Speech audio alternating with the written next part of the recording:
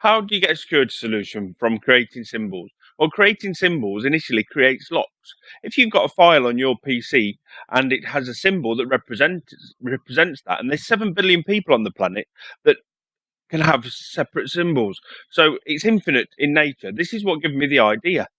So where can this lock and where can it work? It can work on URLs for browsers, for instance. This can be implemented into that if you see the URL at the top and you change the symbols and nobody else has got these symbols anywhere around the world, they're unique to you, then you can access them.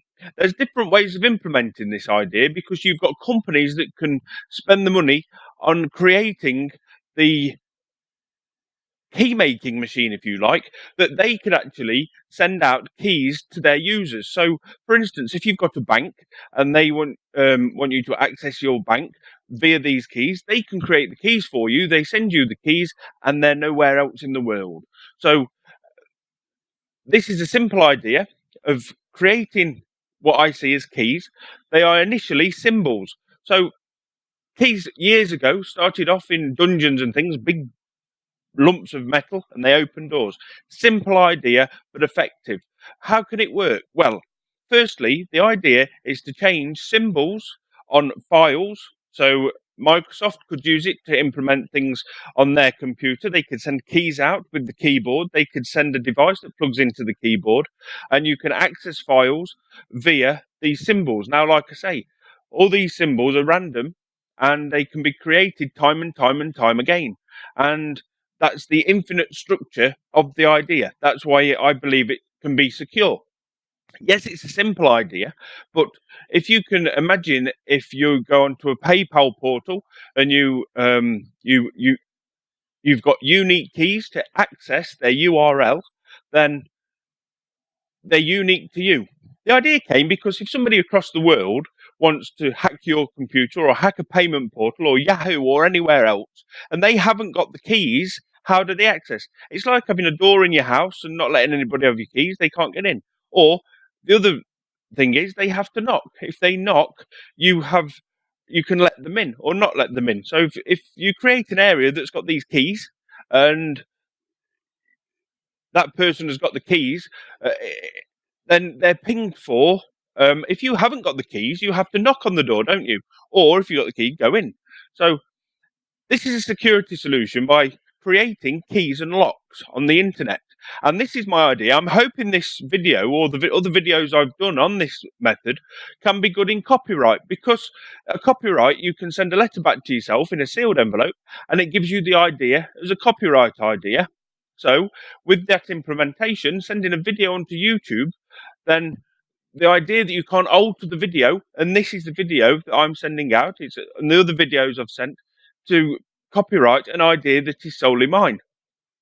But where can this idea be used? It can be used for securing files on your PC. So if you've got core files or information, you could have something that enables you to get into there. It could be an extension to the keyboard or something you plug in via USB. On your phone, you could have keys. I mean, somebody that knows how to make keys on a keyboard, which are the letters, if you can change them letters, then you can implement different keys uniquely everywhere around the world, with everybody having individual keys. This also incorporates a way for piracy. So how does this stop piracy? And if you create keys, you can infinitely create more and more keys. So you could do a structure where you've got the keys, you send out the keys to the video, the person uses it, and then it can re-lock the file with a different set of keys that you don't have, that the company has. So that could eradicate piracy. And there's a big thing there. So because it's infinite. Also, I've created a system in which way you can use it that incorporates the fact that if you've got a key in your house and you own a shop and you want to go into the shop, then you have to enter the house, get the key to the shop, then go and open the shop. By having infinite keys, you can have a 3 or 4-way lock-in system. See, it's infinite. So you've got a 3 or 4-way lock-in system where the consumer has to get the key. The key goes into the corporate company, say, and then another key opens there, which gives them another key, which then opens a key on the consumer and back again. So initially, you would have to hack the bank to get the key at the consumer end and the consumer to get the key at the bank end. So you would have to hack A to get into B and B to get into A. So you couldn't directly hack somewhere by using this system. It's a very easy system to understand. I wasn't looking for it, but I believe it can secure digital devices on this manner. So please share this video and help me get this idea out there and help people secure their files, their personal information, and anything that they need to digitally lock. Because it's infinite, it can be used anywhere digitally. Thank you.